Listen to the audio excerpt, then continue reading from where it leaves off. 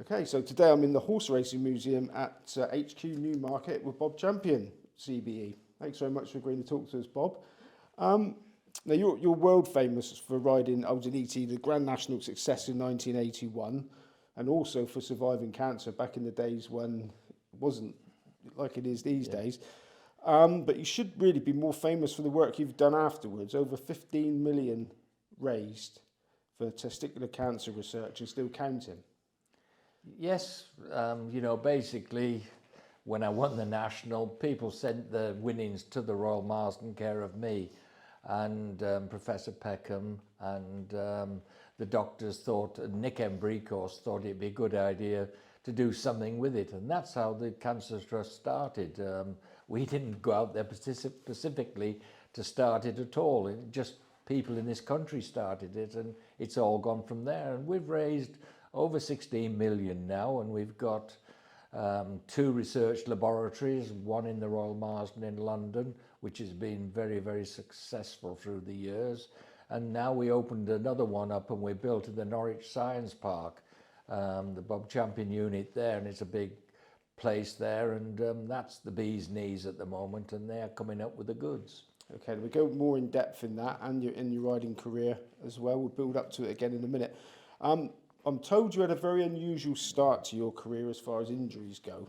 Your first broken leg was care of a tackle from Toby Balding during a football game, and he was even on your side. I know that was, I can always remember that because we used to play football every Sunday. I was based at Toby's when I started in racing, and every Sunday we'd be inter-yard football matches, and I was left back and I'm right-footed, God knows why, and Toby was centre half or something or other, and basically I'm on the ground. Toby was a big fella and he couldn't stop, and he broke my leg running, and we're both on the same side. He was quite a character, wasn't he? Oh, he was. It was a great experience there. I was there, 3 seasons. Really enjoyed it, and Toby loved his sport, and actually I was all right at tennis, and actually so I played with him in a lot of inter-yard tournaments. We did all right. Now, your first winner, if I'm not mistaken, was at Plumpton, and had the very unusual form figures of a load of Fs. Yes, quite a lot of Fs, 7 of them actually. A horse called Altercation, and 3 of them were over hurdles as well, and I don't know what was wrong with the horse, because it did jump quite well, to be honest, and I can remember it was the foot and mouth season, and so basically it was my first season at Toby's, still an amateur, and we had about 3 months, 4 months off with foot and mouth, so we schooled, we did everything possible to keep the horses fit, actually, because basically the day was when racing was going to start again would be about 2 days later, so everybody's horses had to be kept on the boil, actually. And this course Altercation, with you saying all these form figures of FFFFFF, and he was in a novice chase at Plumpton. Nobody wanted to ride him, not even me. I wasn't even that stupid, and Toby said, "You're riding it, like it or not," and for some unknown reason it stood up and won. I thought I was God's gift to racing, I promise you, but I rode it twice after it fell twice, so I wasn't quite as good as I thought I was. Now, I was up in your neck of the woods, original neck of the woods, yesterday, and I mentioned this to somebody, and he said, no. He said, Bob Champion's first winner was at a Donkey Derby at Redcar. Oh, that's true. My first ever winner, because I was brought up in the northeast, and I must have been about 7 or 8 years old. And after racing, it was a Redcar show, actually, a Cleveland show, and there was a Donkey Derby there, and I managed to get a ride in it and managed to ride a winner on a donkey, and I think I've ridden a few donkeys since. Now, I mean, was it that something, even when you were that young, that you wanted to be a jockey, or was that just something that happened and retrospectively you thought, Dad used to take me racing a lot. We used to go to Redcar, and I can always remember when Lester, my idol, used to go to Redcar, the crowd would always be double, and you would see him riding it out, and I kept thinking I'd like to be that, you know. And I can always remember the first, I must have been about 8 or 9, first time I got interviewed on TV. John Rickman was there, and he must have been desperate, actually. And there was 3 of us, Howard and Derek Thompson as well, and we were on top of the stand where they used to film all the time because we were small and we could see the racing there. And John McCrick was there, and John Rickman, sorry, was there, and he must have been desperate for somebody to interview. Somebody like Lester hadn't turned up, so he grabbed us 3 boys.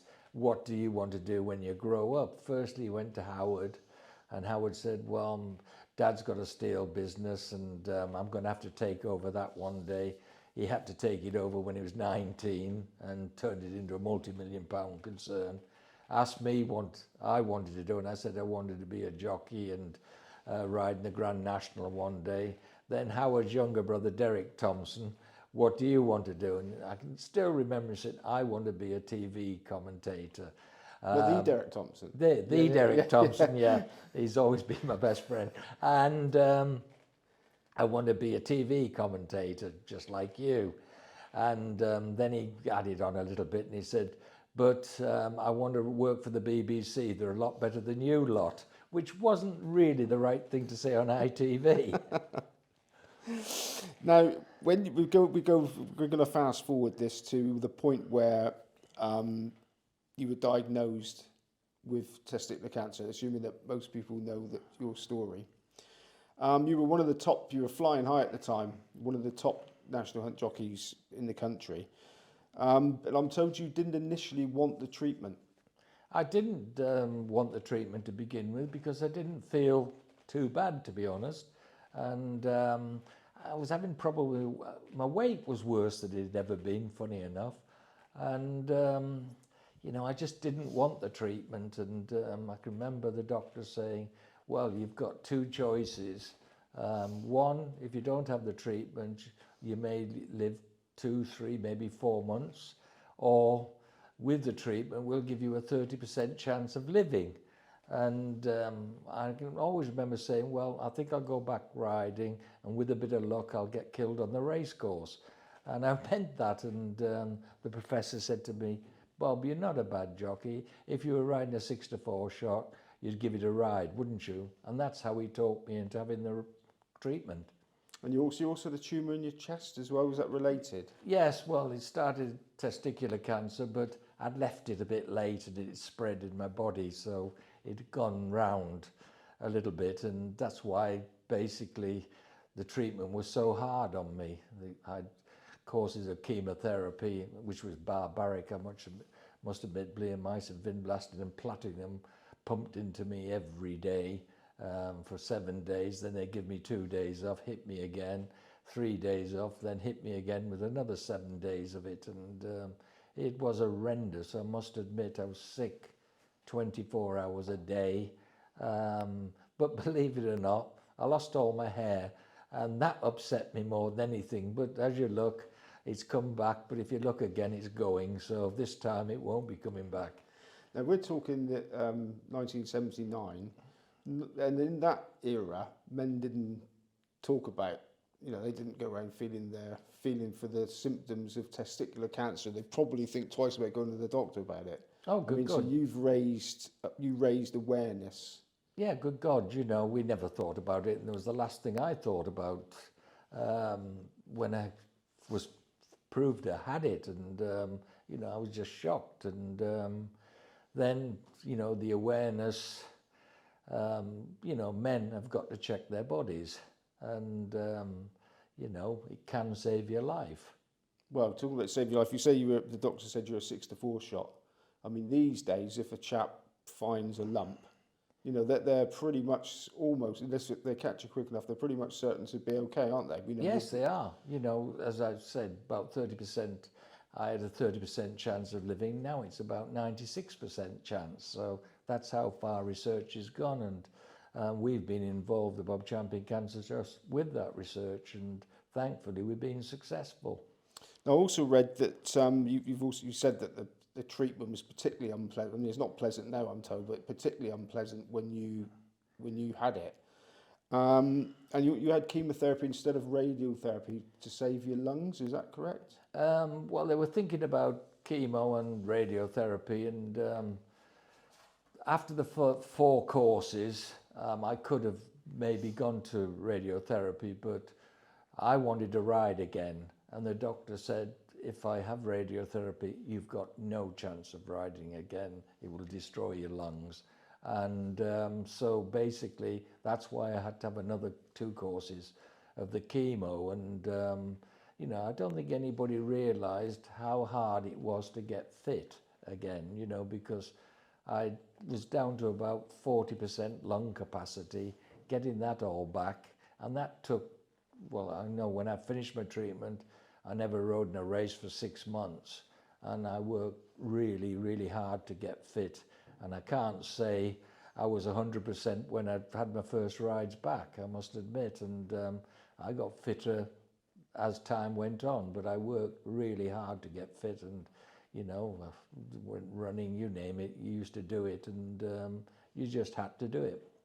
And the drive to be fit enough to ride again. So also, you know, correct me if I've got some of these quotes wrong, but you said at the time, if you couldn't ride, you didn't want to live anyway. Was that how strongly you felt? Well, that's it. You know, I'd loved being a jockey, I must admit, and I don't think I'd have made a great bank manager. And you know, that's what I wanted to come back to. And I don't know what would happen if I couldn't have ridden again. I'd have had to do something else, to be honest. But you know, that was my aim, and thankfully it came off. Yeah, and also you had this belief that Aldaniti would win the Grand National. So was that, you know, was that sort of driving you? Oh, good God, yes. I always wanted to ride Aldaniti in the National. And I said to Josh when I won the Silver Fox at him at Leicester, the big race there, and as I got off talking to the owners, I said, this horse will win a Grand National one day. And they always remembered that. And I had been involved with horses before that had won Grand Nationals. You know, I won on Rag Trade, his very first run over fences. I won the Ida Chase on Island Wedding. Rubstick was at Toby's as a 2-year-old. He was a slow 2-year-old, I must admit. I even looked after him. So, but they were all, you know, the same type of horse in a way. And, you know, they all went on one national. So I had that little inkling that Aldaniti would do it. Now, you had to be very personally strong-minded to get through. I mean, we talked about the fact that men didn't check for the symptoms of testicular cancer. I mean, was there much mental sort of support for you when you were going through this? Or was it still the sort of days of man up? Yeah, it was stages of man up, I think, you know, but I was very fortunate when I was having the treatment.